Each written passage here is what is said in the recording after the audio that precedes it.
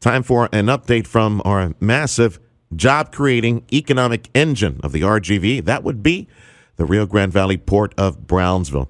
The director, Ed Campirano, joining us. Let's start with a press release a few days back, Chief, on the record almost $14 billion in exports and imports. And looking at the foreign trade zone, ours is called number 62, eclipsing the $10 billion mark. So let's start there, Chief.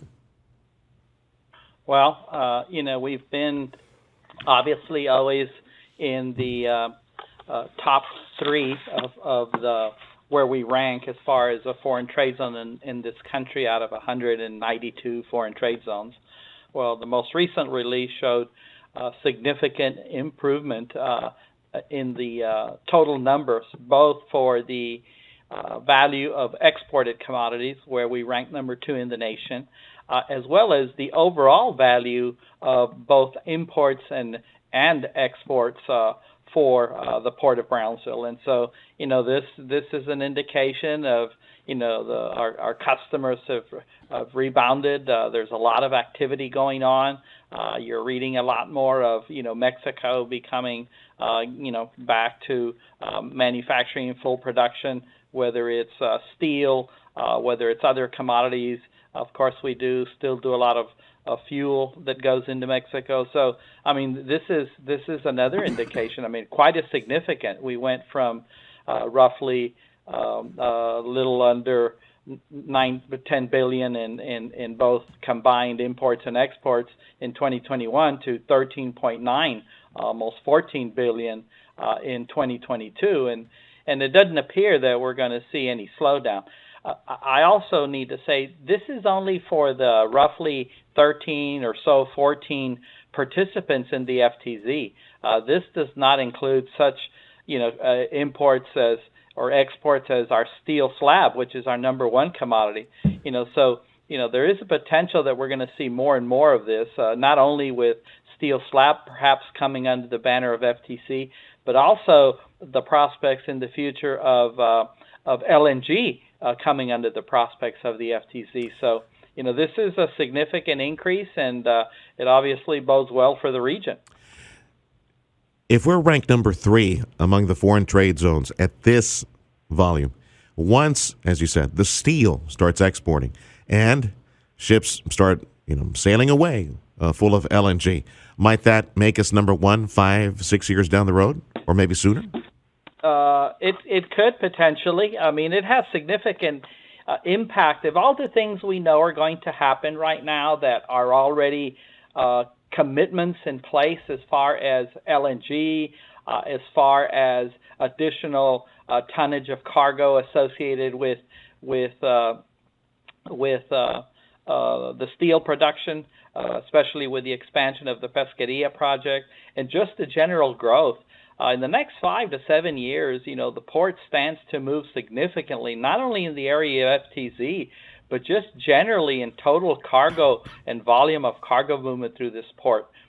We currently are in, according to the Corps of Engineers, we are number 55 out of 150 ports in the nation as how they measure waterborne tonnage.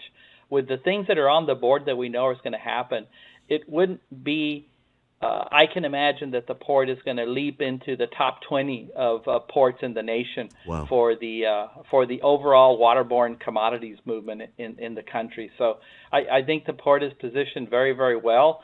Those are significant achievements as how we leapfrog other ports, and it's looking very, very well for the future of this port, obviously. Which complements what Governor Greg Abbott was saying recently at that RGV Economic Summit, that our port at Brownsville, I believe he said it's the centerpiece of future economic expansion for the RGV, if you want to expand on that a bit. He did say that, and obviously, Texas is a maritime state. A lot of the port industry is hugely impactful for the state. So, it's not like the governor doesn't have anything to base his comments on, and certainly the Port of Brownsville has shown significant growth over the last few years. Like I said, it's positioned very, very well. Obviously, the LNG project is the biggest thing to bolster, I think, that argument, which we obviously believe in significantly. The announcement of the Rio Bravo pipeline project, that's the complement to that, is going to be made very, very soon.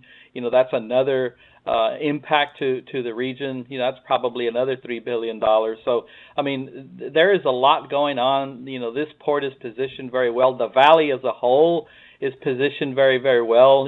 Not only the activities at the port, but some of the other activities that are going on in the Rio Grande Valley. So certainly you've heard me say that the industrialization of the Rio Grande Valley is going to occur in Cameron County, and it's going to occur in the area of the port and work its way out, and I still believe that very strongly, and that's only echoed, I think, by the governor's comments. Yes, sir. Ed Campirano, director of the Rio Grande Valley Port of Brownsville. Could you expand briefly on the quick mention for the Rio Bravo $3 billion project that's pending? So give us a status report on that.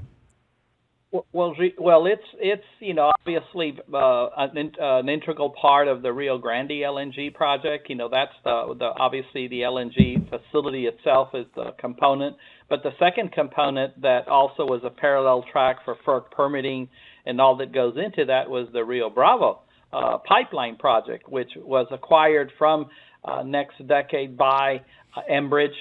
So Enbridge has the Rio Bravo pipeline project. They're going to be building two 42-inch natural gas pipelines from the Agua Dulce hub all the way to the port for that project. And like I said, that project is going to be occurring as well. The Valley Crossing pipeline, which was the first project built by Enbridge, which was really the largest industrial project that's occurred, at a 1.8, almost $2 billion mark. Well, now we've got this next one coming, and that's going to be approximately $3 billion. And, that's another shot in the arm. I remember when they built the Rio Grande pipeline project, for the year that project was under construction, they employed 2,500 workers here from Cameron County. So you're only going to be adding to the number of jobs that are going to be created in the short term. But obviously, it's also going to be a big boost, another continuous boost to the region. So, we ought to be hearing that one fairly soon. It's really a far-gone conclusion. It's going to happen. It has to happen. It's ready to happen. It is already all permitted and ready to go. So we'll be seeing that complement to the LNG as well. A question I would throw at you from time to time. Every month, it seems we have hundreds and hundreds of jobs available at the port. And now with LNG on the way and all this pipe, how many jobs, you willing to guess how many jobs are open right now for locals to sop up or folks being brought in from out of town? What's hard to put a finger on is how many, how quickly Bechtel is ramping up. They told us that by the end of the year they would be at roughly 600, and they had a job fair just recently, and so they're out beating the bushes as best they can. I think next year into 2024, to the latter part as we get into 2025, that's where you're going to see the real peak beginning, to having up to 5,000, if not more, construction workers on site. Couple that with the pipeline project, just those two alone. And obviously, we still see increased activity at the port. We're still working on the Navy project. Obviously, the JFK is due here before the end of the year, the last of the 7 aircraft carriers. I think we're in good position in one of 3 ports that is in consideration for the Enterprise. That's going to be another big project. So, we're just in a good place right now. Thanks for the update, Chief.